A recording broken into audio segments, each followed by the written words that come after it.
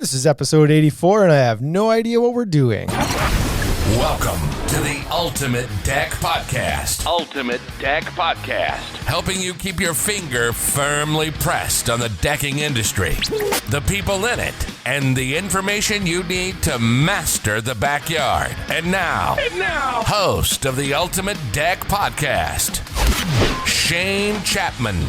I'm here, and so is Wade, and that was his first intro ever. That was pretty solid, actually. It wasn't that shaky. I was a lot more nervous than I sounded. Yeah, 84 episodes in before we let you have the reins, and... Oh, no, I didn't have the reins. You don't know what we're doing I have no today idea yet. what we're doing. Is this just the best when you start down the path of something without a plan and just see where it takes you? I was talking to I've got the plan. Sean from the Rusty Shovel yesterday, and I asked him if he was expanding to Saskatoon. I was like, are you going to open a store in Saskatoon? And then him and I had some banter back and forth about us opening a store in Saskatoon. He was like, absolutely not. I am much more calculated. I'll be planning that. And I was like, you'll be planning for so long that it'll be over. Somebody else will have your job there and you'll be done. Yep. And he was like, yeah, but I want to know that it's going to work. And I just laughed. I was like, how is he even an entrepreneur in the first place? I know. He's like, he's not an entrepreneur. He's an accountant. Yeah. Stuck owning a business. So anyways, there was some pretty witty banter back and forth about, do you think we should open in Saskatoon? Boom, rented a building. We're opening yeah, let's do this. Here we go. So well, we thought about it for a lot of years before we actually pulled the trigger. It's just that at some point you need to shit or get off the pot. Yep. And that's what we did. And it sounds like he'd prefer to shit on the pot. Yeah. No. Where would he be? On the pot or off the pot? Well, he shits and stays in the pot. It's weird. Well, maybe his feed's better than ours. Well, maybe. I have to get off the pot. My legs go to sleep. I don't know. Anyway, you know what we got? It's not time for Simcoe News. Nope. New segment. It's time for the Worldly News. I still haven't come up with a name for it, so that's what we got for Worldly now. News. That was the wrong button. That's right, though. That is a good one. Yeah, subliminally, that's perfect. That was for Simcoe News. See you, Bryce. Have a great weekend, buddy. Thanks for coming in. There's what we need. Okay, so from around the world, the headlines of news on this June 27th. I think it's the 7th today, 27th today. June 27th. Around the world, we're from Texas again. I think we had a headline from Texas last week. Happened in place. And there's a lot of people there, that's for sure. A lot of weird shit going on there, I'll tell you that much. Yeah. So, from Texas, the customs agents on the Texas-Mexico border did an inspection on a guy coming through, 23-year-old man coming through from Mexico.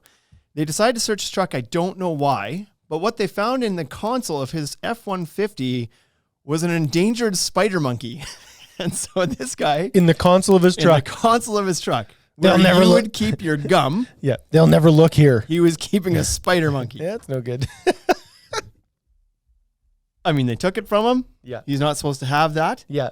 At all, let alone try to bring it into the United States from Mexico. Was the air conditioning on in his vehicle? I doubt it. There's no vents in the console of your whatever.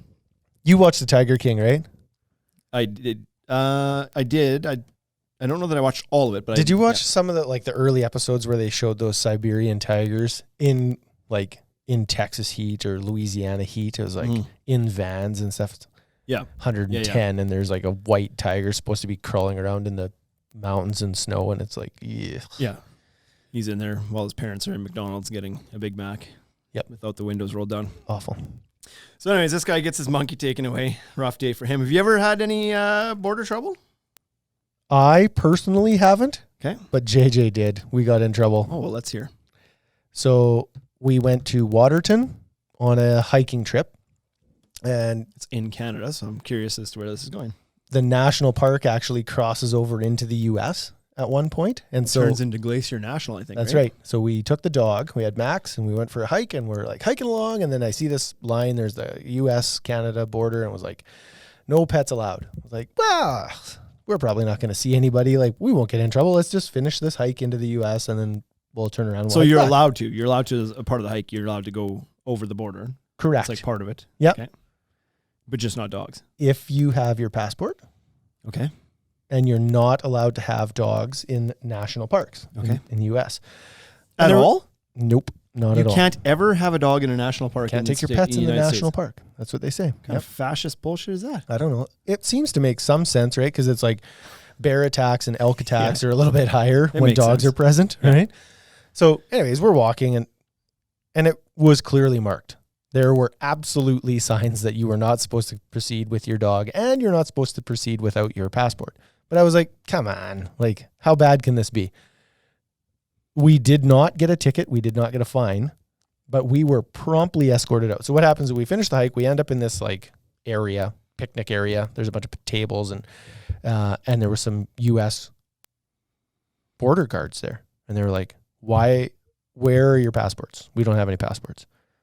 Why are you in here with a dog? Well, we were just out on a hike and we thought we'd come here and have lunch and then turn around and walk back. And they were like, you can't just cross into the border without a passport or with a dog. You're not allowed to have your dog. Did you not see the signs? I was like, yeah, I saw the signs, but I didn't know that you really meant that. We meant that. So they put us on a boat and they ferried us from the edge of the U.S. Glacier National Park back to Waterton. So we got deported. We got deported. We had to pay the $20 fee to take the ferry back, but we didn't get put in jail and they didn't take our dog. So how is that JJ story and you aren't involved? Like I said, have you ever had any border issues? You said not me, but JJ has. But you were there with her. Yeah, I was. I didn't feel like I was the one who got deported because I wasn't the one who was fighting with the border guards. Like when we showed up, they were like, "Oh, she went full ginger on them." She was trying. Smart. She was fighting, and I was like, "Don't just shut up. Get on the boat. We'll get out of here." Yeah.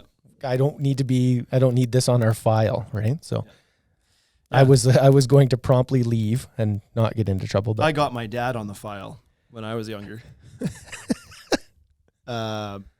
We used to do camping trips down into the North Dakota every year. Quite a few times we had a camping spot down there outside of Minot that we really liked, or my parents really liked. And fireworks legal in the States, not legal in Canada. Can't do those. Yeah. But at least back then, now you can get them at gas stations everywhere, but you weren't allowed to back then. And so my friends knew that I went down to camping there all the time, and we'd always go down on July 4th and camp from, Canada Day.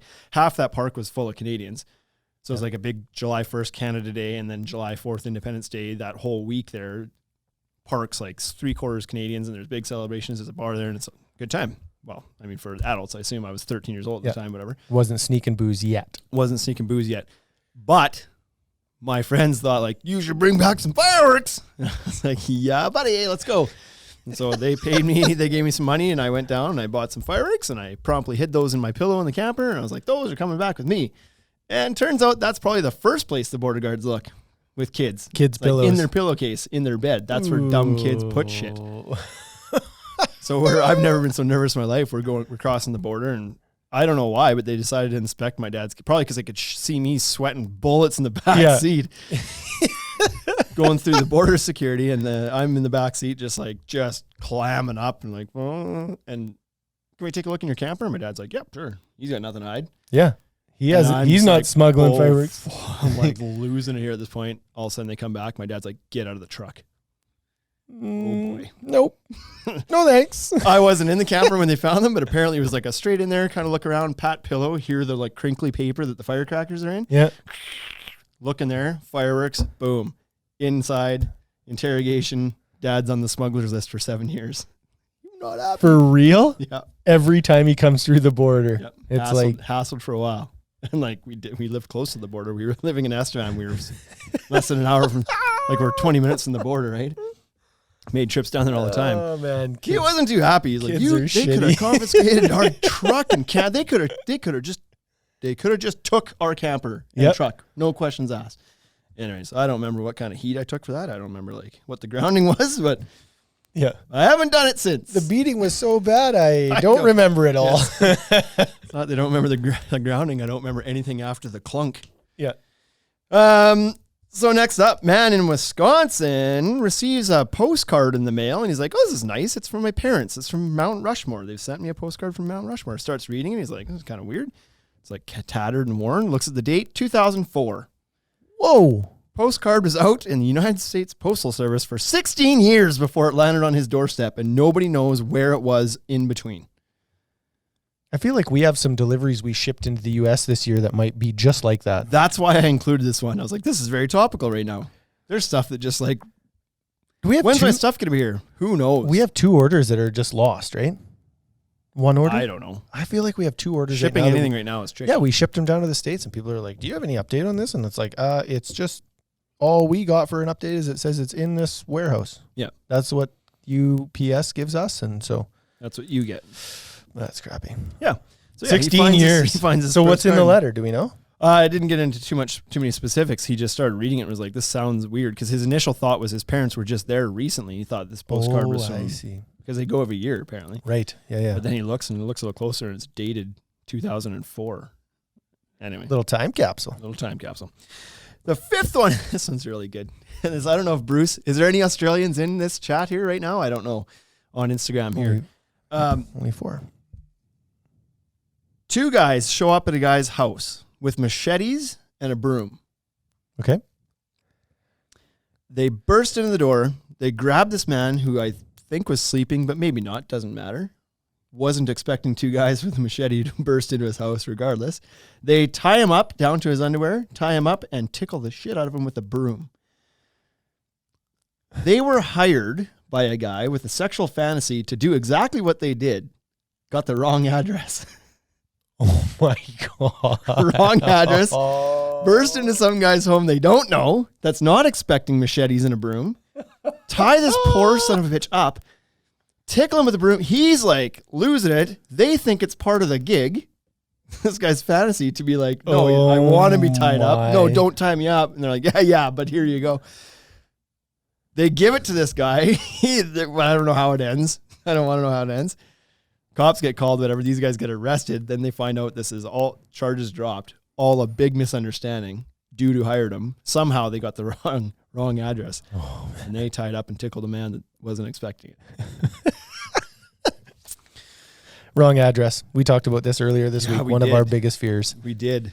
We talked about this because through our managed install service, sometimes you're hiring contractors to go tear out somebody's deck. And we always go like, can you imagine if you gave somebody the wrong address and they showed up and ripped somebody's deck off their house? Oh, and you get some of those neighborhoods that are like Green Apple, Green Brook, Green Way, Green Bank. And it's Green like Apple Drive meets Green Apple Road. Yeah, it's like DR versus RD. Oh, it's like, boom, boy. Deck's gone. Come home and your deck's been stolen. Yep, that'd be a bad one. Anyways, pleasant surprise. To date, we haven't ripped the deck off the wrong house, but we have delivered some materials to the wrong address. Yeah, not nearly as damaging to do that. You can fix that a lot easier. Yep. Anyway, today's topic is this is a contractor focused episode if I've ever seen one. We're going to give you 30 tips, 30 things to do to really lay impressions on your customers. 30 things you can do that'll impress the boots off your customers. Do they require money? Go above and beyond. Some will, some won't. Some do, some don't. No, a lot, even the ones that do wouldn't require a lot of money. There's some things that I've seen. They're just like a top 5, like 5 things you can do that don't cost any money to like improve people's opinion of you, right? And probably so the some first, of these are gonna... we can get 5 out of here that for sure that don't. You don't have to do all these. Yeah. But as I ran through and made this list, I'm sitting there thinking like, yep, we should do these things. Yep. I don't think that you and I ever struggle with knowing what we should do. The ideas aren't the problem. Nope. It's the execution. Execution's hard. And so I put this list together in 5 minutes and come up with 30 things that you can do to really kind of impress your customers. And as I'm doing it, I was like, yeah, I know we should be doing this too. We should be doing that one too. Yep. And so anyways, we're not claiming to be perfect here. We're not doing these things ourselves. We're just stating the obvious. And here we go. Things, like we're a dealer, right? We don't have the opportunity to do a lot of these things. We're not going to people's homes and whatever else. So like this is a contractor focused list, 30 things. Let's go. Yep. I've ordered these also in kind of like the time sequence as to like start of the job to the end of the job. I reordered them that way, so that's a good order. So here we go. And if anybody in the Instagram live that's on here has anything they want to throw in, certainly do so. This list could probably be 100 long if we actually put a few binds together, but this is the first 30 that came to my mind. So number 1 is to have a good website and social media presence. And that's the first one because that's the first thing many people are going to see about you before you ever talk to them, before they ever call you even. It was funny when we first started the store, I had people asking us what our website looked like. And at the time, it wasn't like we didn't have a lot of effort there was a lot of effort put into it, but it wasn't elaborate, right? It was just like you could basically find us and who we were and some pictures. Yeah. And then it started to build. But the one guy, I remember this, he was from a marketing group that I talked to, is a friend of mine, and he said, if I look up a company and they don't have a website, I don't shop with them. That's just it. Like if I can't find you on the internet, it's over. You don't exist. You don't exist. Whether you are the best or not the best, I need to know that you're at least accountable on the internet, that I can find you. Yeah. So, okay. Yeah, it's a big first step to earning the phone call in the first place. Yeah. And nowadays, maybe a website is becoming less and less important, the website itself. I'm not saying you shouldn't be on the internet, but social media is also taking over a little bit. Maybe you don't necessarily need the website, but you better have a Facebook page or an Instagram page or somewhere that people can find you. But I do still think the website is still a necessity as well. It should be all of these things, not any one of them. Yeah, you can get some good like website leads, like just inquiry leads, right? People filling out questionnaires, even just a simple, hey, you want to build a deck for me? Just showing up, because people are going to Google it regardless. When they want to find a deck builder in Denver, they're going to search for a deck builder in Denver. Yep. And so your Facebook page may show up, your Instagram page may show up, but your website would also probably show up. And a business listing, if you've got, Yep.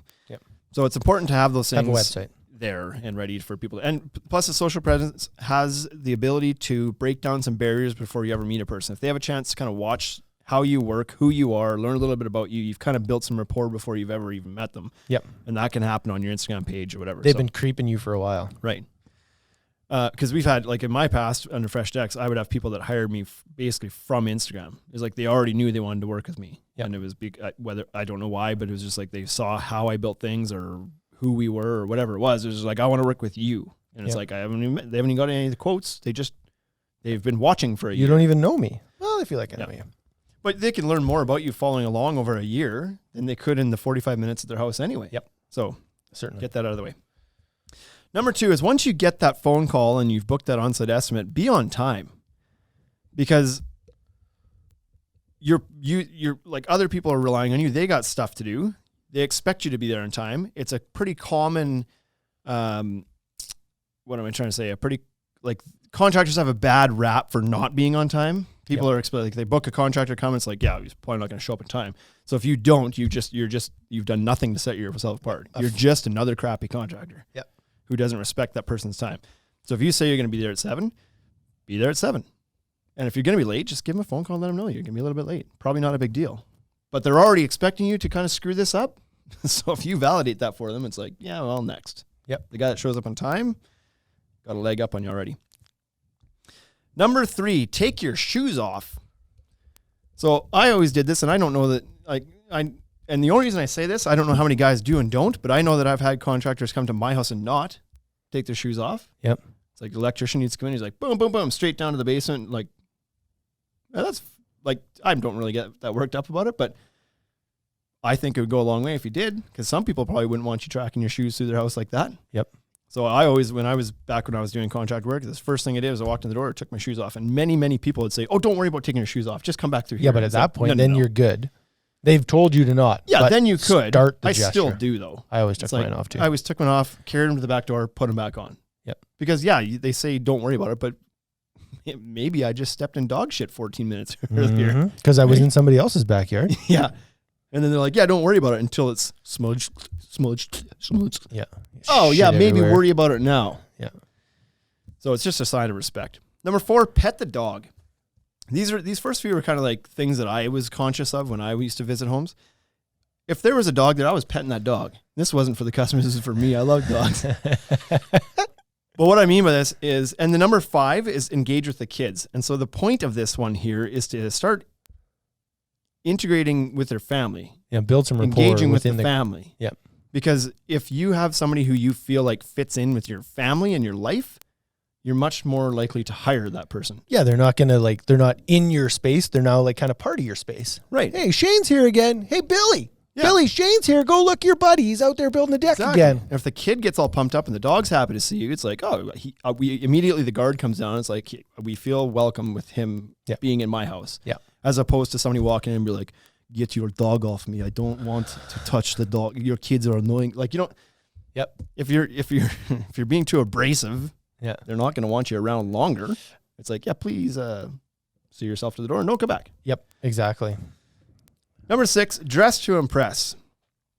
And so this is a pretty easy one for people to miss because you're typically, a lot of guys are out there working and building all day and they do their visits in the evening and it's like they're not going home to change and shower first. So they may be showing up dirty, covered in crap. Maybe they were pouring concrete piles that day and they're covered in it. Or they were walking around a muddy backyard building a deck all day and they're covered in it. And so some people are going to be understanding of that. No worries. I get it. Like, you build decks. Other people, if you took the time to go home and have a quick change and clean yourself up a little bit, may respect that quite a bit. You show up in a collared shirt, I wonder prepared to have a conversation. One of the things you could do is just throw a golf shirt in the backseat of your truck. Certainly you could. It doesn't, you don't need to go home and get ready for the ball. You just a golf shirt. Clean yourself up real quick. Any old collared shirt that's clean. That should go. Yep. Like, if your jeans are dirty, they probably won't care. If your shorts are dirty, it's probably not too bad. Yep. Golf shirt. Make an effort. Number 7, I just put truck wrap in general because I think just there's such a stigma around chuck and a truck guys that are rolling up off Kijiji and nothing but a half ton and a skill saw, and they're a deck builder now. Yep. Fly by night, here today, gone tomorrow. Don't do any of the rest of the things on this list. Those are the guys who are ripping around in old rusty trucks that have no signage, no nothing. But if you roll up and you look like a guy like, who's a good one here, like even Simcoe Decks that has his truck with a big logo on the side, or any number of companies that brand their vehicles, you Mike just from look more professional. Cascade, Mike from Decked Out. Lots of examples. Aztec Decks. He's got a great wrap in his van. I think that one of the very first takeaways from that is it looks like you invested in your business. Right. And so then you're going to be around for a bit. You've invested in it. So then I'm okay with investing in you because you took yourself seriously. Yep. So. Yeah, exactly.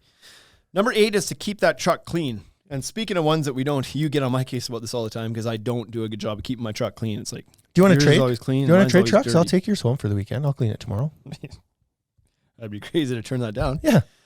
But I don't stop at the car wash very often. It's like, unless it's really bad and it's like I happen to be there and I'm getting gas anyway, and it's like it takes a lot of things to align for me to do it. It's a timing thing, I think, for you probably, right? Because you're busy. You're usually late getting out of the store, so you're trying to get home to see the kids, and then by the time you finish that up, it's 9:00 at night, and it's like, I am unlikely to make a now special trip to go wash my vehicle. Yeah, and it's like 9:00 at night. Do I now go out of the house to wash my truck? It's like, yeah, really. Yeah. Like, if my wife and kids are at the farm and I'm at home doing, well, that doesn't happen either because I just stay here when they're at the farm. But if I didn't have the kids or family home, whatever, I'd have no problem ripping over and doing a car wash. Yeah, that'd be like something for me to do. Well, when there's kids at home and stuff, it certainly does look better to have them cleaned up. But you spend the money in the wrap, keep it clean, keep it shiny, just looks a little bit more professional again. Yeah. Number 9 is to carry around a portfolio. So this doesn't necessarily need to mean a paper portfolio, but I think that could still go a long way in today's world. You can show pictures on your phone, sure, but what would present itself even more professionally is to have a portfolio that you open up with some examples of some jobs you've done, some tutorials, some what am I trying to say? Some testimonials. Yeah. From people, just some papers to kind of show people, like, here's how we do our whatever. Here's what a deck looks like framed from us. All the joists are taped. This is built properly. These are the piles we use.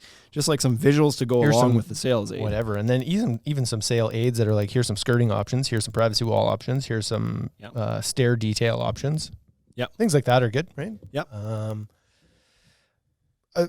One of the reasons I like a portfolio so much is it's easier to lay a binder down and have people look at, like, to have multiple people, husband and wife or like partners, look at the picture. If you have a phone that's like 4 inches wide by 8 inches tall, 4x7, it's like, well, that doesn't work. Well, it's hard to keep your phone as organized too. Like I do this in the store all the time, trying to find a picture for somebody because they want to see what a cedar privacy wall looks like. It's like, oh, I've got one of those back in my phone somewhere, and then you stand there for 4 minutes swiping like madman. So I have a file in my photos that's called decks, and I every once in a while I'll drag pictures into there, and it's like I got skirting and lights, and so I was doing. We should almost do this on a Google Drive so that we can share these to everybody. We should. I was doing it on Instagram a bit too. I was saving. You can save into collections, right? I was creating collections like skirting collection, privacy wall collection, and saving things into there so you could do a quick hitter. Yeah. The The trouble is like staying on top of it and being proactive and actually putting the pictures into the portfolios and doing all the work. Yeah. But once you do, then sure, if you have your phone properly laid out or an iPad, right? It could be an iPad or a tablet of some sort. That could also work. But sure. Just some sort of like showing your, because it's hard when people are looking at a piece of paper with a bunch of line items on it to tell who does good work and who doesn't. Yep. Why is this one more? Why is this one less? But some visual aids can go a long way. Number 10 is to leave an info sheet on your business. And so I like this idea quite a bit. Danby signed in. Yo. Have you been there? Dandy's, yeah. Have you? Twice. Yeah, I think it's only 2, maybe 3 times for me too. It's the best ice cream in Regina. We should probably go there again tonight. Dandy's. Yep. They just had an issue with, did you hear about this? Yes. Somebody's MasterCard fell in? MasterCard below the deck that we had supplied decking, and I think it was Everflow that had built the deck, local contractor. And we got a phone call one day here like, how hard is it to remove one of these boards? Because the customer's card fell through the boards. Anyway, they got it figured out. Steel framing. It was harder than you think because it was all steel framing. Yeah, exactly. So we had to drill the plugs out and back the screw. Yeah, anyways, sorted out. I guess we're not ready to move on. Leaving an info sheet. So what I mean by this is you have your 30 minutes, your 45 minutes to pitch yourself while you're sitting there and you're trying to teach and educate and measure and do all these things at once. But what's I like as an idea is leaving an info sheet behind that tells a bit more about you. So when people have now, they're not standing face to face, they can go back and do the research and they can start with a sheet to be like, oh, they've been in business since 2007. It's a family business. And, they started here and they moved to here and they did this and just like a little bit more about you. And then it's like, oh, they've got their insurance coverages. They offer a warranty, like all these little things about your business and what you do differently, how you set yourself apart in a little 1-pager or 2-pager that you can leave behind that they can kind of hang on to, because the next guy's probably not doing that. You be like, this is my insurance policy. Here's my coverage. Here's my WCB number. Yep. Well, you're skipping ahead. Number 11. I didn't even know the list. Yeah. That's why I was like, I don't know what's happening. Apparently today. It's a super logical progression. Number 11, carry your proof of insurance in your WCB. Yeah. Okay. Or whatever you call it in your market. Yeah. It's a workers' compensation board. So if you get injured on the site, you know that the homeowners know that you're covered and you're not going to sue them for their house because you lost your hand at their job site. Yeah. So they may want to see that, they may not, but it would be pretty impressive if somebody had it ready to show you. It's like, just say, like, do you have insurance? Sure. Here's my certificate. So my whole life of working in construction, I was never, not one time, asked if I could provide proof of insurance, WCB, or journeyman carpentry papers. Right. Ever. And so I believe that I may have been asked, not for carpentry, but just asked. Nobody asked to like prove it. There's like, do you have insurance? Yes. Okay. Yeah. So I did WCB on some commercial sites. I had to produce a letter of good standing. Yeah. Before I could get paid out for, some commercial projects. But in residential, nobody ever asked. Ever. Interesting. Yeah. So if you were to be able to proactively show them, you just put that out there and we're like, here's my piece of paper, these are my insurance, this is my WCB number, blah, blah. And maybe that's part of your info sheet that we just talked about, right? Maybe that's the back page. It's like, here's my insurance number, my WCB number, whatever. If you are Red GST Seal, number, here's my whatever. Yep. If you do require a certificate in your area to be a contractor, some states city and provinces license require a license. Here's my license number. Not here, we don't, but like it could just be a page of confidence. Yeah. Number 12, be timely with estimates. And this is Rich coming from us because I know that we're quite behind on ours right now. And we don't ballpark anything. We do full takeoffs for people when they want it done. So it's great because for better or worse, right? Yeah, if they want to buy it, it's as easy as click a button because you've already done all the work. But boy, when it starts to get hairy in here, it gets backed up pretty quickly. So, but I think more important than anything here is to be upfront with how long it's going to take and then stick to it. It doesn't really matter if it's 24 hours or 1 week or 2 weeks even. Just if you tell them it's going to be 10 days, be 10 days or less. Yeah. Because if you say 10 days and then you're 3 weeks, you've probably, I don't know, there's no stats on this, I don't assume, but I bet you've dropped your chances of getting that job significantly by not. You could just make some up, like a couple. Can't hold to that schedule, can't hold to any schedule. A couple pods ago, you're just making up stats like crazy. Seems like a funny time to slow it down now. Yeah, well, I wasn't prepared now.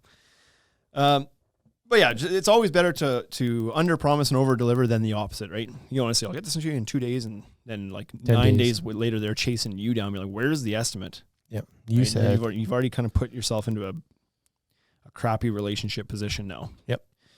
So number 13, and this one's debatable, and there's going to be some people that will argue against this. But what I had put here was providing an estimate that has line items or at least some clarity around it. So I don't know that you necessarily, as a contractor, I don't know that I even agree that you should be doing full breakdown line items, but I think you probably should categorize it so that people can understand the numbers a little bit easier. Because I know some guys are like, nope, it's 40 grand at the bottom. But then that leaves a whole bunch of open-ended questions about what's included in the 40 grand. Yeah, because then, so you get to the end of the job and you're like, well, it turns out that this was an extra. And the customer's like, how the F is that an extra? I didn't even know what was the original. Yeah. And so I'm guessing a lot of those guys maybe will come back and say, we're providing a scope of work, et cetera, whatever. But I think customers appreciate more clarity into their estimate to understand what's involved. And so it's a catch-22 for sure, because some customers would want to see that so that they can grind you on something. If you get too detailed, then they pick, right? It's like, well, I noticed you only took 4 hours to build that bench top bar table thing. Then you charged me for 7. Yeah. So I guess I'm getting a discount there. The odd person is going to try to pull that crap. So I don't really need to at that level. When I was doing my estimates under Fresh Decks, I just split things out in categories. So it was like framing is this much materials and this much install. Decking is this much materials, this much install. It was just like by like category, like steps of the job essentially, right? Yeah. So it was never going to specify that I was taking this many hours to do the framing, or I was using this many 2x8s to do the framing. It was just kind of lumped in so that they could kind of see. And I think a lot of people commented that they appreciated that I did break it down on some levels so they could see what was what. Where the money was. And it comes across as being more honest. I always did mine when I was doing trim work, was always broken down line item by line item. Your door costs you this much glue, this much like lineal footage of casing. Yeah. These, like this many pickets. Yeah. She was item by item. Yeah. And I absolutely got shopped on that. People would be like, oh, well, I went to the store and I could buy this exact same product for 5% less than you're selling it to me. Yeah. And then it was just like, okay, well, give her then. Go ahead and make sure it's here on the day I'm ready. Because I'm a contractor. I don't know what day that is exactly, but I'll know when I'm ready, and then it needs to be here. And so anyways, you go through the process of explaining, and people often did, they stopped grinding after a while, but mine was like item by item because it was how I wanted to do my takeoff. So then I just shared that with them. Yep. There's a comment in the Instagram here from New England Deck Pros that says, I have got a lot of good feedback on timely estimates. I definitely think it has helped to get jobs this year. And, well, especially this year, right? Because so many people are backed up that first guy to get them to talk to somebody might have the best chance of getting the job, right? Yes. I know I literally just got through I think it was Instagram or Facebook message from somebody the other day. It said, I'm trying to help my parents out here. They've been waiting for 2.5 weeks for an estimate from another business, a competing business, and they're not getting it. Can you guys give us a quote faster? And I said, nope. I could try, but I just said you're 10 deep. They asked if we could get the product to them faster so that they get started, whatever. And I said, well, it depends on what it is. If it's a stock product, no problem. I can do a quote fairly quickly for you and get that turned around. If it needs to be ordered, whatever. But let me know what you need, kind of thing, right? Yeah.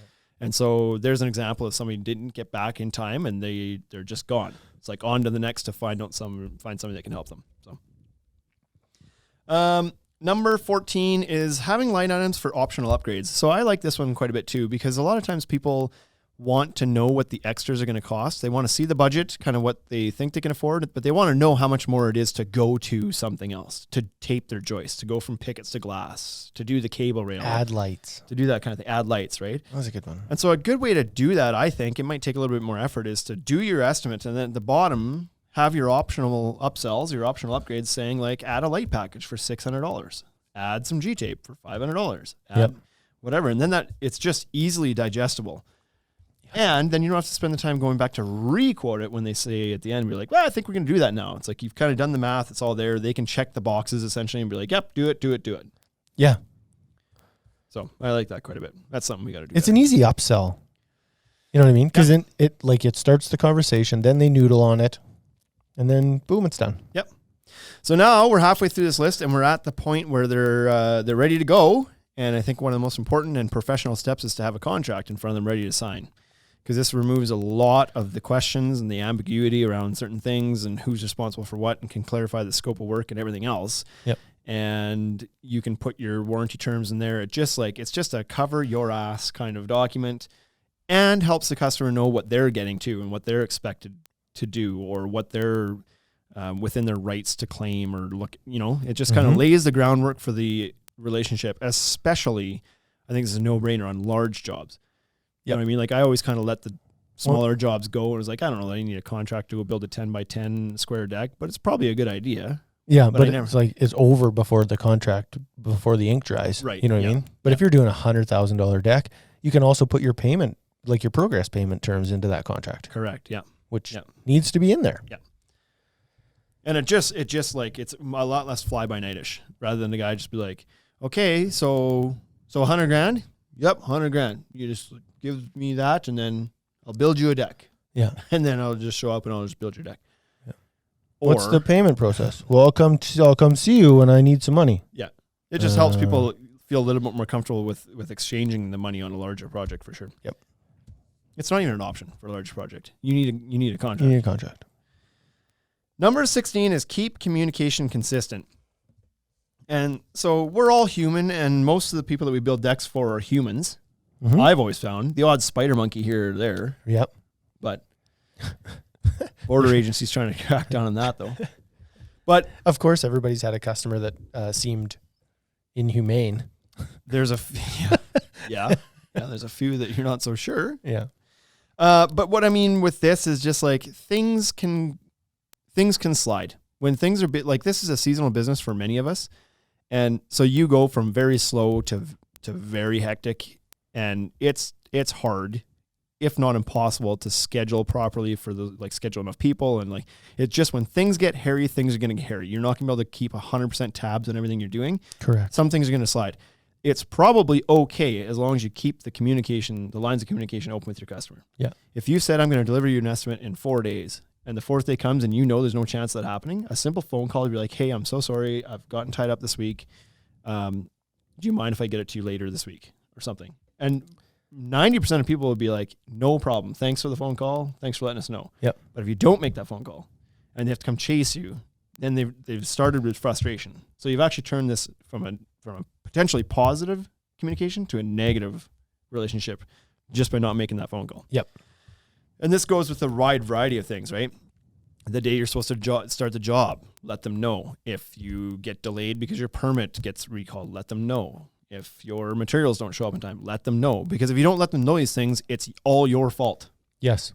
You were the only one who knew. You're the guy, right? You knew in advance, right? So just keep the lines of communication open and consistent. And we get that, right? We let things slide sometimes. You order something for somebody and then it doesn't come in when it was supposed to, but you were busy, you didn't notice it came in, and all of a sudden they're calling you, like, you said the glass was going to come in last week. Or did come in, you didn't call them, right? So things happen. So a lot of people are just like, I'm fine that it's not there, but just let me know. Because you said you were going to be here. I came home from work thinking it was supposed to be done. It's not. Now I don't know if you've forgotten about me or if you don't care or whatever. Yeah. Simple phone call. Did I write be timely with estimate on here twice? Oh my goodness, it's not 30. We're gonna have to think of a new one. Well, we'll come up with one. Number, I guess we're gonna change this. You want to come up with one right now? Nope. Can you do that? Okay, what have we done so far? We've done the contract and we've 16. And we're at the contract part. They signed the contract, and now we're saying let's keep the communication open. Start dates are going to change. Let them know all this sort of stuff. Anyway, we can move on. We can add one at the end. We'll pull the audience for the 30th one off Instagram. So you guys on Instagram have a job to do now. You've got to think of another thing that's good to do that customers will appreciate that we haven't mentioned by the time we get to the end of this list. Sure. Number 17, call in to check after the estimate has been delivered. So this is again, in the heat of the season, it's easy to send an estimate off and then on to the next and wait for somebody to phone you. Yeah. And then they phone you and be like, hey, I'm just, and you're like, oh, right. Yeah. Okay. Let me dig that up. It'd be good if you, within a certain amount of time, 1 week might be it, might be 3 days, might be whatever you should just add them to your CRM. Right. That's where CRMs help, is with scheduling this kind of stuff. Right. So check in, because you never know if they maybe didn't get the estimate, if they set it aside and kind of forgot about it, if they're... We had that at the start of the year. Lots of people weren't getting our estimates, right? And it was like, our software setting was getting picked up by spam filters left, right, and center. And so if you don't do the follow-up... I don't know how we ended up doing a couple follow-up. Maybe people followed up with us because we just believed it was working. We were sending off estimates and nothing was coming back. And then all of a sudden somebody emailed you or called you and was like, hey, are you going to send me this estimate? And you're like, it's right here. I sent it out. Yeah. It's gone. Yep. I got nothing. So check your spam folder. There it is. There it is. Oh, so boy. the follow-up call does a few things. It gives you a chance to re-engage with them, to kind of help close the job again, address any concerns they might have. They've probably got some questions after you delivered the estimate, undoubtedly. Yeah, your quote's higher than the other guy's quote they got back. Now you have a chance to explain why. Please tell me why you're more than this guy. Oh, yeah, no problem. Here we go. Yeah. So it's a good idea to check in. You're going to close a lot of jobs. Your closing rate will be a lot higher if you do those follow-ups than if you just kind of send it off into the ether and hope that it comes back to you at some point. So here's a fun take on that. I wonder if you'd be better off to do less estimates and a better job of them. Because your close rate would likely be higher, right? That's entirely what's behind the idea of charging for estimates. Just do less of them. Maybe that should be number 17. Yeah. You want to appear more professional? And this sounds odd to say, like, your customers will appreciate or be impressed by this. If you're running a ship like that and you're charging for estimates, arguably that could be presented as a more impressive operation. It's like, these guys are formal and they have a process and they're a real business. And they're not just showing up after hours when they're, all willy-nilly. They've got this very formal. So let's make that number 17. We've talked about that one a lot before. We're big believers in it, and which is funny because we don't. We don't charge to do. Yeah, but we charge to go out to do an estimate. Right. If something is out of the norm for us, if we have to just drive out to somebody's house and measure their yard and blah, blah, blah, we charge for that. Yeah, which we rarely do, but we just tell people sure, we can come measure the yard. We can send somebody out, but there's a fee associated with that. Yeah. But if they bring us everything, if they bring us pictures and they bring us the dimensions of the deck, we didn't have to go get that stuff. So we're going to make that number 17 only so that I can keep my numbers in order a little bit easier now. Yeah, charge for the estimate. I like that one quite a bit. Yep. Refund it. Give it back to them. Just don't don't get abused. That's the thing. You can give this back if they decide to pull the trigger with you. Rebate that $100 back. Yeah. Whatever you're charging. Doesn't really matter what you're charging. The point of this is to weed out the tire kickers, to give you more time to pay more attention to the customers that should have your attention. That's right. So instead of doing 20 estimates this week, do 8. Yeah, and land and close 6 of them. 6 or 7 of those, right? Rather than doing 20 of them and closing 5 because you didn't pay attention. One of the ones you would have got left because you were too busy doing other stuff for people that weren't going to ever hire you anyway. 7 of them got dropped. Yeah. So now you really only got 13. Yeah. People always talk about what's your close rate. You should be closing around 20%. And if you're closing more than that, you're charging too little. And if you're less than that, you're too much. Yeah, but it depends on what your whole process is for getting these quotes anyway. Yeah, if you did it the right way, your close rate would be 90%, 80%, and you'd have the right customers knocking on your door the first time. Yeah, exactly. Okay, so number 18, I guess, would have been to call and check in after the estimate and see how things are going, address any questions. And number 19, be clear on expectations. So it's good to set boundaries, I think, and that's kind of what this is referring to, is that this goes both ways. What your expectations are from the homeowner and what their expectations of you should be and what the expectations of the product should be. And also kind of it gives them a chance to tell you what they expect out of you. Yeah. Here's what I want. I want you to show up and finish the project. Don't be here for 2 days and then bounce and then back and then bounce and then. Yeah. What are the plans here? Yeah, you can lay that out. This like this. We're going to be here every day until this job is done. You shouldn't be out walking around on this deck before it's complete. That's stay out of the work zone. Very, very dangerous. Yeah. Stay out of the work zone. Don't let your pets out here while we're working. Because I'll pet it. Yeah, because kids can't come out here. I'll tickle them. We'll be risk of kisses. And then product I'll be teaching your kids swear words. If your kid's out here, here's the thing. I'm going to teach them how to swear. Did I skip? Where did I leave that? Oh no, it's coming up. So just lay out the expectations. Same thing. Like if you're using a product that's going to, and they want to have miters in their deck and you know that's going to open up, maybe address that up front. Be like, here's what to expect from your product. It will move and expand and contract. The reason the gaps are in the boards is for this. The reason that we're, if that opens up, that's not That's not a callback. That's not a warranty claim. That is just that's the nature of the product. It's a product flaw. So expectations for yourself, for them, for the products, just be clear about everything. Because as we've said before, anything that you say up front is knowledge, and anything you try to say afterwards is an excuse, right? Yep. So heads up, we're going to miter these corners. They're going to look great day one, but Tomorrow when morning, it cools off, that miter is going to open up a little bit. That is a natural thing. That's how this product works. It expands and contracts with temperature. That's normal. But if you don't say anything, and then 3 weeks later they call you, be like, your miter, it's all open. It's like, oh yeah, that's normal. You didn't say anything about that being normal. Like it just sounds like you're trying to cover your butt and not go do a callback. Yeah. So number 20, keep a clean job site. So you've made it to the job site, and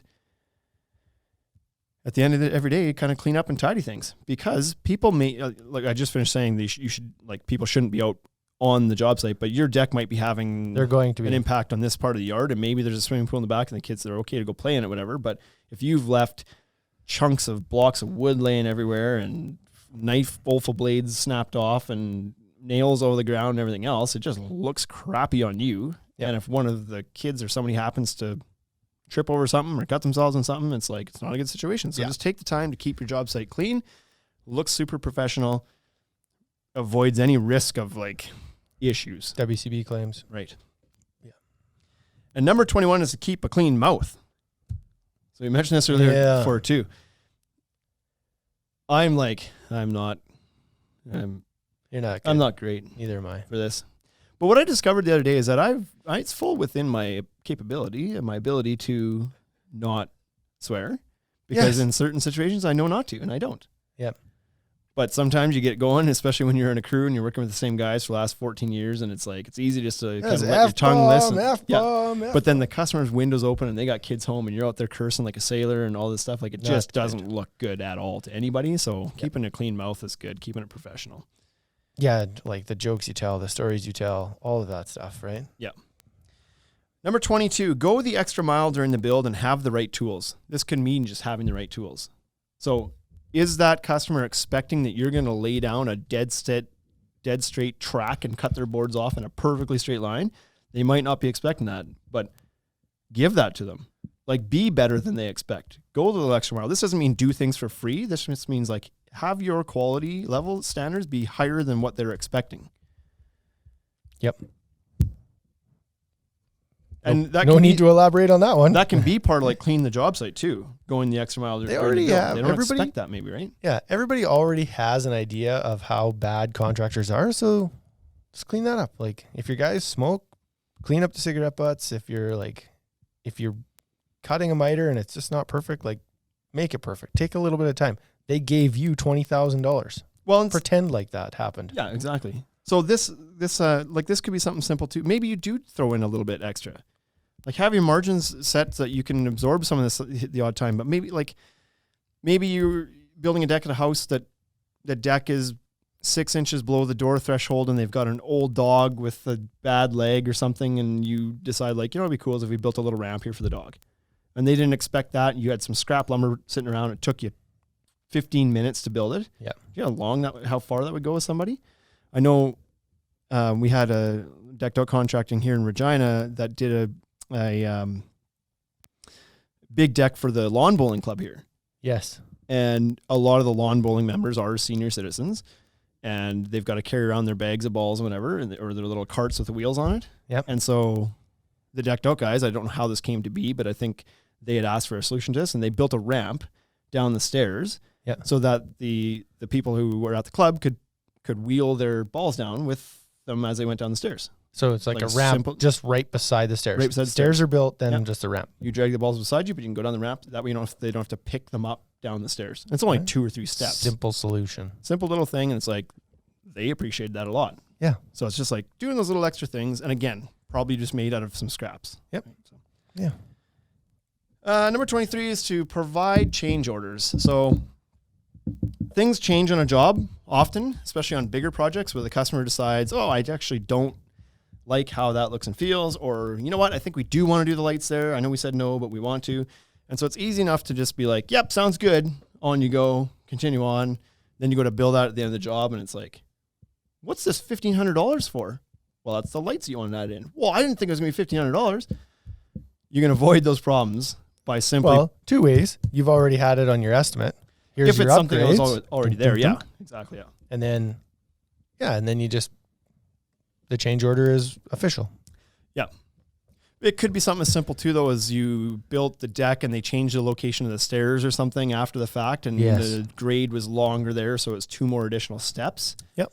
And it's like, well, I need to charge for those. It's going to take my guys more time. It's going to require 3 more boards to do this. Your railing has changed now. My 2x12s are too short, and I got to swap those out and all these things. And it's like the proper way to go about that is to do up a change order so that there's clarity around what that change is going to be. Avoid any issues at the end. Yeah. Number 24, clean up after you're done. So this is especially relevant in the springtime when everything's kind of muddy. Sometimes you're working in new homes where there's no landscaping yet. This doesn't only mean like clean up your own garbage and whatever else. It's also like clean the project off and make it look nice. You just built a new car. Like when you buy a new deck, when you go buy a new car, they clean it and have it ready for you. Yep. It's like you don't hop in, there's sunflower seeds in the floor and it's like all muddy because somebody took it for a test drive. Yeah, well, it rained yesterday. Yeah. They polish it up and they give you a good experience when you get that. So the first time that your customers come out onto a new deck that they just paid $30,000 for should be pleasant and it should be clean and it should be like the best it's ever going to look. Yep. Right then in that moment. So take the time to clean up afterwards. Spend a few extra hours there. What's a pressure washer cost? Yeah. $200. Exactly. So, some comments here. We got some fans of track saws in here, and then we've got Forceman's Finest. Widen the beaten path from driveway to deck. Trampled grass happens quickly. Yeah, so I think he's just talking like where you're walking. Just walk around the yard. Yeah, don't kind of march a path into one spot kind of thing. The old cattle trail, beaten down path. Yeah, I was always very cognizant, too, of where the lumber sat in the grass and for how long on my job sites, because you get your deliveries or you'd stack your own lumber in the backyard or whatever it might be. The dunnage is laying there and you lay it there for a few days. And if it's more than like 2 or 3 days, the grass starts to die under it. And it's like, nobody wants to deal with that. Yeah. You don't want to finish the deck and then they've got this pristine lawn and you've left dead grass under where their lumber is sitting. So we always had a thing. It was like, if the lumber was sitting there for more than 2 or 3 days, it was like, okay, guys, we're starting the morning by moving that lumber over here now. Just to give the grass, because we won't be on that job site for 2-3 weeks. Yep. If you leave that there, it's dead. It's over. Yeah. So number 25 is to leave your mark or signature. So a lot of guys now are starting to put emblems on the deck now. They're getting their logo done up and they're sticking that somewhere, kind of branding the deck a little bit. This doesn't necessarily need to mean that. But if you've got something that you do that nobody else does, it's kind of like unique to you. You can leave your signature on the deck.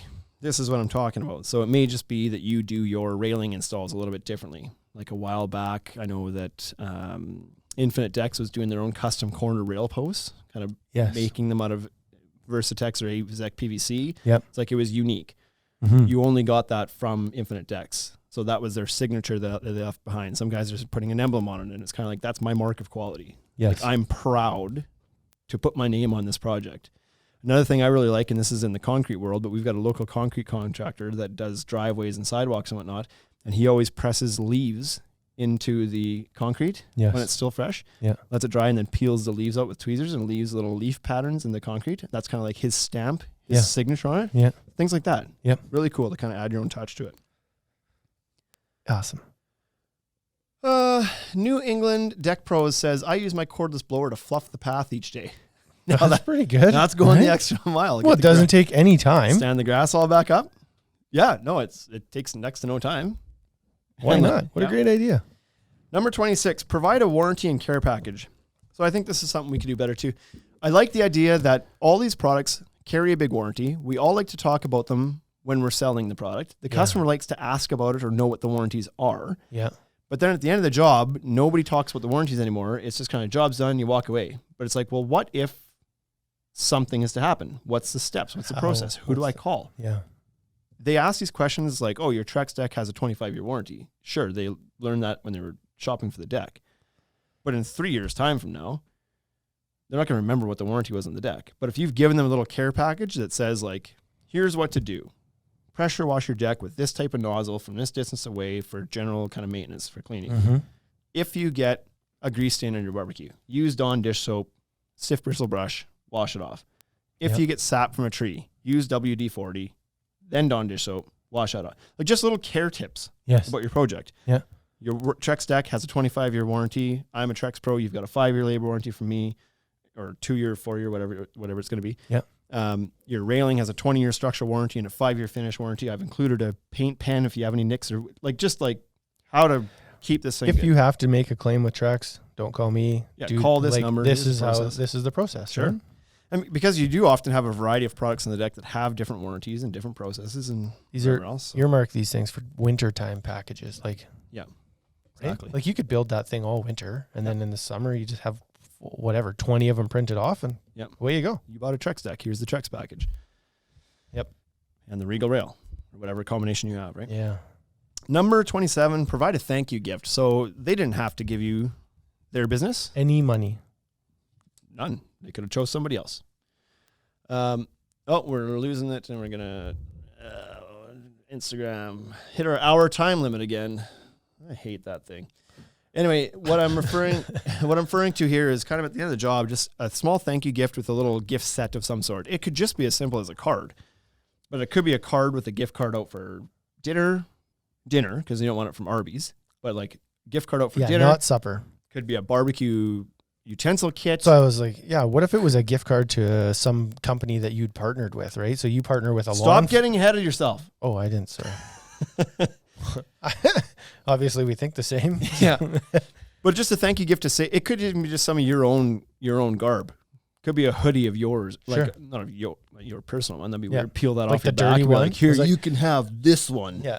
This is the shirt I was wearing when we started this build, and that's yours now. I'm planning on a deep hibernation this year anyway, so I don't think that this is going to fit me come January anyway. You might as well have it. You're fairly slim still.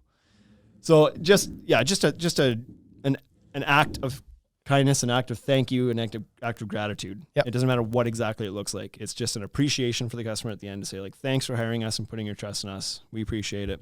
So on and so forth. Now, number 28 plays on a little bit when you were going there already, is to partner with like businesses for cross promotions. So what I think is a cool idea is you've gone out and built their deck, so you're done with them, but they may not be done investing in their home. They're not done. They've only it's a canvas now. Here it is. You've laid the groundwork. Right. So maybe they need to get some landscaping done, or maybe they need to put a fire pit in their deck now, or a barbecue. For sure, furniture. So you could maybe partner with some companies and they'd be probably willing to do it because there's something in it for them too. You're sending them a lead, but you could say, here's a little package. It could be part of your thank you gift. And it's like, here's 10% off your, landscaping materials or something from so-and-so. Here's a barbecue thing. If you buy the barbecue from these guys, you get free something or other thrown in with it. Here's a smoker thing. You get free biscuits. If you like, This could be little things like little perks that you provide them afterwards for working with you. Looks great on you. Shows you that you're partnered up in the community. You've got relationships in the community, so you look more professional. So I like that one. Number 29, have a formal process for asking for reviews. And so I think that this is like some people might ask, how is that impressing your customer? And I think it's just the formality of it and the fact that you care about your business enough to ask people for a review and be like, I'm going to be around for a while. This helps me. Rather than just kind of like on to the next. It's important to me to have a good review, right? Yeah, it's important to me for my review. Yeah, they don't all have to be good, but it's important to have the review. Yeah, and this is big for you too, right? To be able to formally go back afterwards, make sure that everything went okay, and then ask for that review. Because then you can take that and put it into your portfolio. Yeah, and then on to the next. And number 30 is check in after a month. Do another check-in. This one's huge. We don't do this. We don't, and we should, but. You do the project, often people are very happy, and then you're like, sounds good, thanks so much, here's your final bill. They pay it, and then poof, gone. You run into them at the grocery store. Yeah, then you see him later, and it's like, well, yeah, I think I did your deck. Did I build your deck? What would probably go a long way is for you to follow up in a month and be like, how's everything working out? Is there anything you want me to come take a look at? Yeah. Are the stairs the way you thought they were going to be? You guys enjoying it? Like... Send me some pictures of you guys enjoying your backyard now. I'd love to use that in my whatever. Just check in and make sure. And I think the fear for some people is like, I don't want to give them the opportunity to give me problems I have to deal with, right? Some people might be like, they're probably fine with that miter being open, but if I phone them and give them opportunity to bring it up, they're going to, and then I'm going to have to go Yeah, I gotta go but fix it. And it's like, yeah, There we again, go. you could have cleared that up earlier with laying out the expectations. So this is Almost- just a good care check-in. yeah, almost for sure you're going to end up with a little bit more work out of that.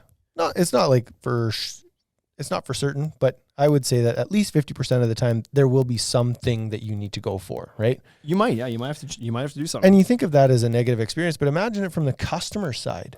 Right. That's the most positive experience. It's like, oh, this guy followed up with me, and it was like, If you didn't get the review before, you got it there. you'll get it now. Yeah. There's, you know what? It's just like the one board, you put that spine board in, and I don't know, like I can kind of see the framing below there. And I thought that was going to be blacker or something, and I didn't think I'd see it. Oh, you know what? That's a quick trip for my guys. We'll come out, we'll just pop that board out, throw a little G-tape down on that spine board, and throw it back in. I didn't know that would bother you. My bad. Yep. Because That certainly costs you time. It costs you a little bit of money, but it's like, But it's another way to worth look it in at, though, spades. is that you're asking them how their deck experience was, and they're telling you. Yeah. Because if they got something to say, they're going to tell that same thing to anybody who asks how their deck build went. Right. So maybe they've got a neighbor or a friend or a parent that also needs a deck and be like, you did a deck with so-and-so. How was it? It was okay, but the way they did the seam board thing was like, it was not really good. So come here and look at it. You can see I'd rather this, hear right? that once and have a chance to fix it, and then their review be like, they were great. Like there was like a minor thing that they came back and fixed. Like they phoned me and I came out and fixed it. It was amazing, and it looks way better now. Like Yep. solid. And rather than them telling the bad part 25 times to other people. And it's not bad enough that they should be telling people, because you'd fix it in a heartbeat if you had a crack at it. Yeah. So get the crack at it. Yeah. Yeah. Yeah. So that's now. You were working ahead sometimes and kind of guessing where I was going in some of these. Is there any that you think I missed? I didn't ask for your input on these today. I just kind of ran with it, but we're at 30. Do you have a 31? And for the Instagram people that are watching too, if they have anything to add to this list, it can be a 32 list. No, I think that was, it was a pretty good list. There's nothing that comes to mind right away. Now the key is to execute on it, right? It's easy to come up with the ideas. The ideas took 5 minutes. The execution on this, It's a lifetime. much bigger. It's a lifetime It's of a trying to fix change for sure. Yeah. So it's that's a good list. I think. Should we go through real quick 1 through 30 just for people who might be looking just to a implement this quick stuff? Number recap. 1, have a good website, a social presence. Number 2, be on time when you're going to do an on-site visit. Number 3, take your shoes off when you get to the door. Number 4, pet the dog. 5, engage with the kids. Number 6, dress to impress, not to build the deck. Number 7, wrap your truck or your vehicles, look professional. Number 8, keep your truck clean. Number 9, carry a portfolio with you, whether that's on an iPad or a actual physical portfolio. Mm-hmm. Just some visual reference tools. Number 10, leave an info sheet on your business, just a little bit of a wrap sheet on who you are, what you do, what sets you apart. Yeah. Number 11, carry your proof of insurance and your WCB or whatever you call it, your workers' compensation. Yeah, I like the idea of certificate, putting any that of on that stuff. wrap sheet. Yeah. And then number 12, be timely with your estimates. Deliver it when you say you're going to deliver it or sooner. Number 13, provide a clear and concise estimate, possibly line item, but at least have some detail around it, not just a big number at the bottom.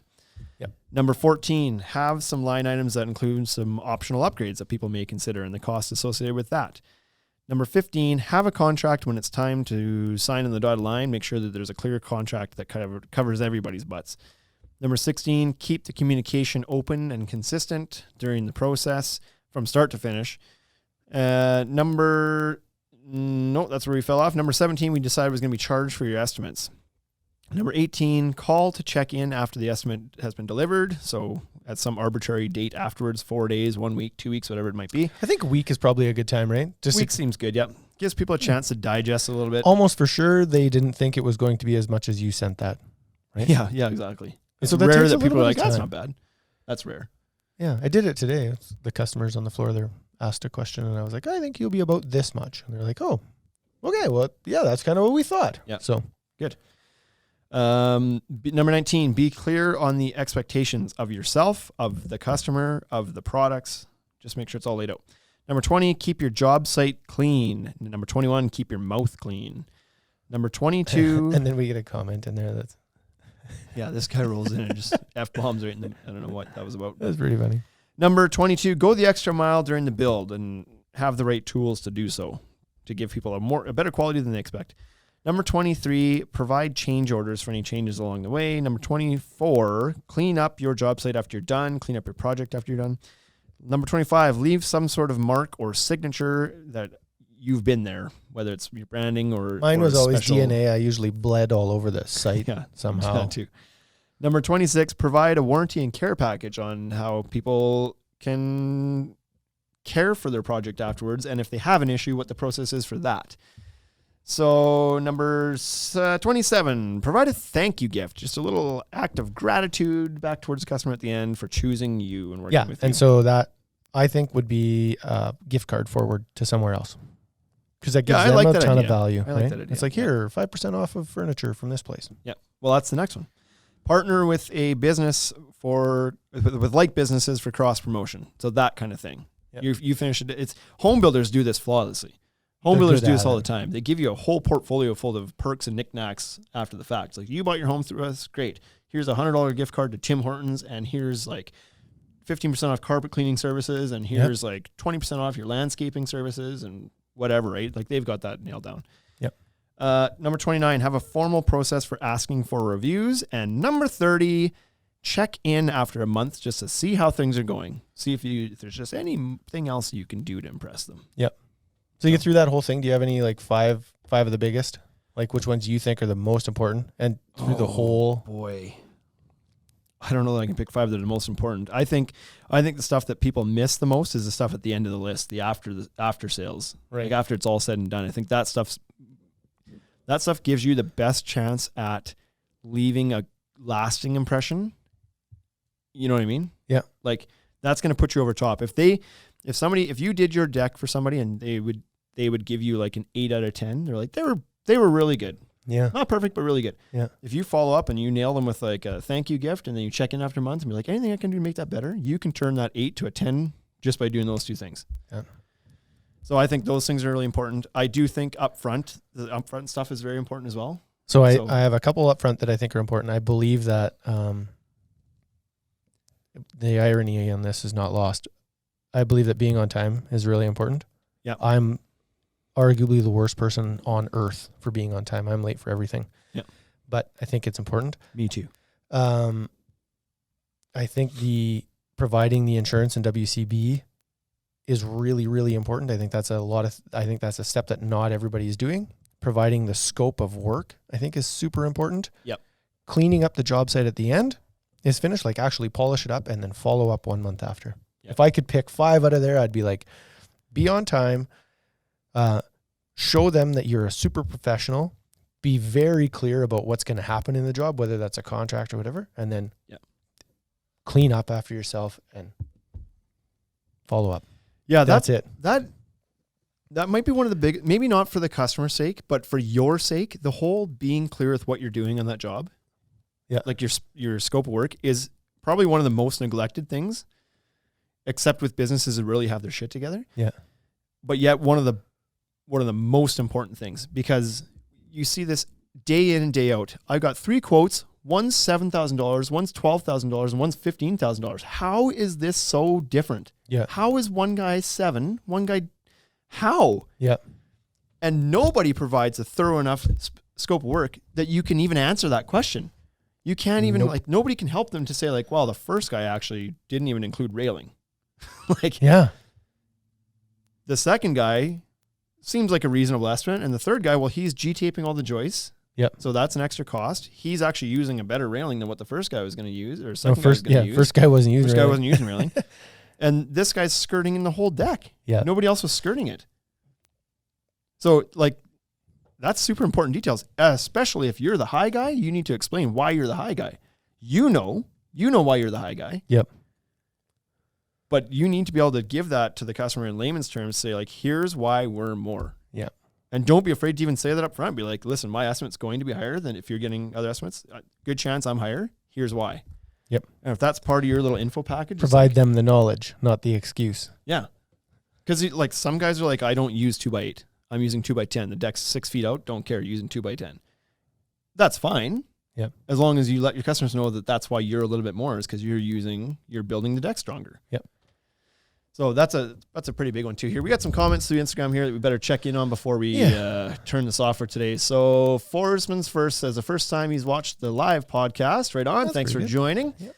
Mitcon Dex, keep the crew on the job until finished. Don't jump back and forth from one job to another. That one's really important too. It's good. Yeah. Obviously you have an opportunity, like not an opportunity. Sometimes you have like back orders and the railing post didn't come for the stairs and you have to come back and clean that up on the end. But but that's a communication thing, right? Yeah, man. Get people know. Get it to 98% before you leave. Yeah. So, because what people don't like is like, you're going to take on, especially on the decks are one thing, but like if somebody's doing a kitchen or something and it's like you keep coming and going, it's like you're in their life and this is an 8-day job, but it takes 30 because you showed up one day and you kind of picked away at something and then you went somewhere else and then you kind of came back.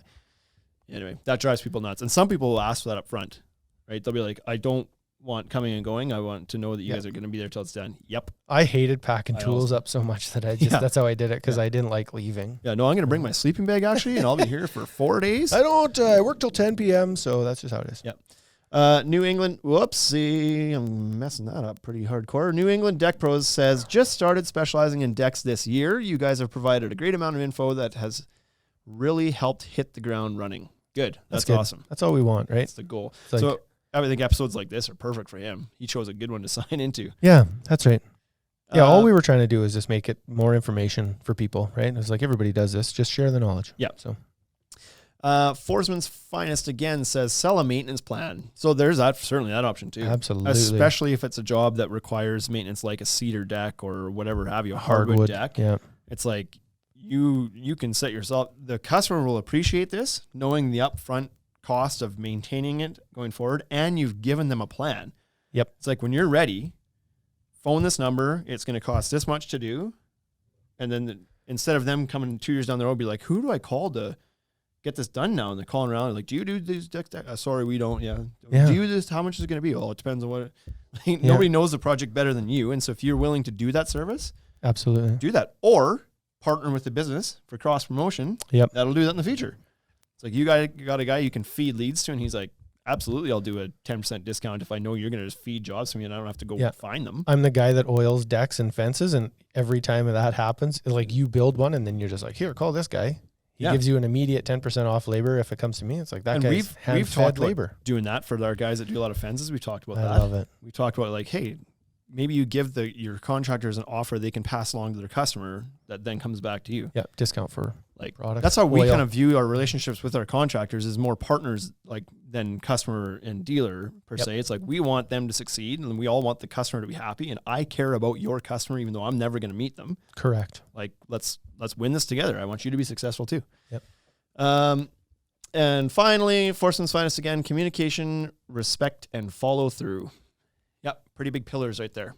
Have respect for your customer, have empathy for your customer, understand their situation during this as well.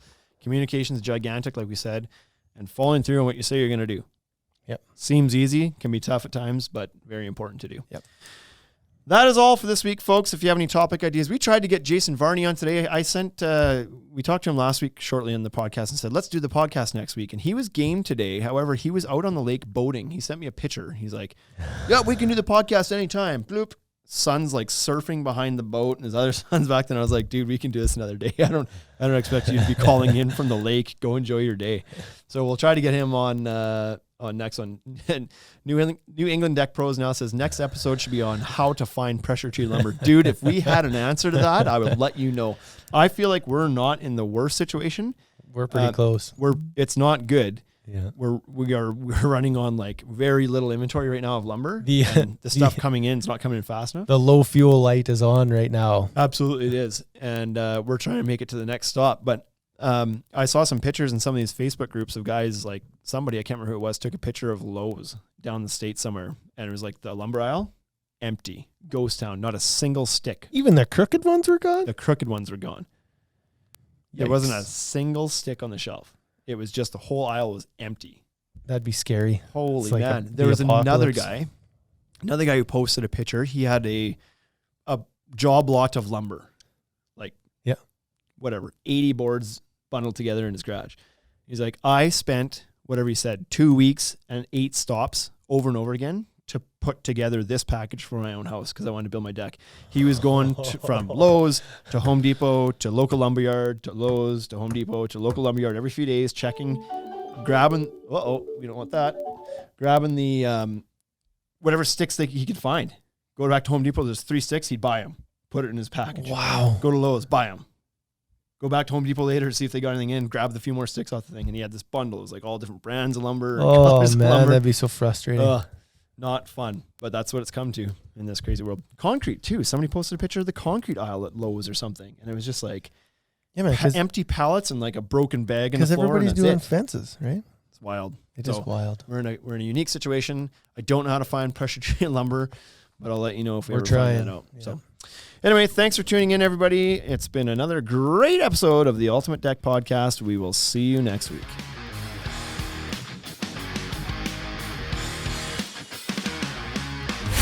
You've been listening to the Ultimate Deck Podcast. Ultimate Deck Podcast. Brought to you by the Ultimate Deck Shop. Shop with us at www.ultimatedeckshop.com or check us out at all the social networks we can keep up with. Hit us up for any collaboration or sponsorship opportunities. Thanks for listening.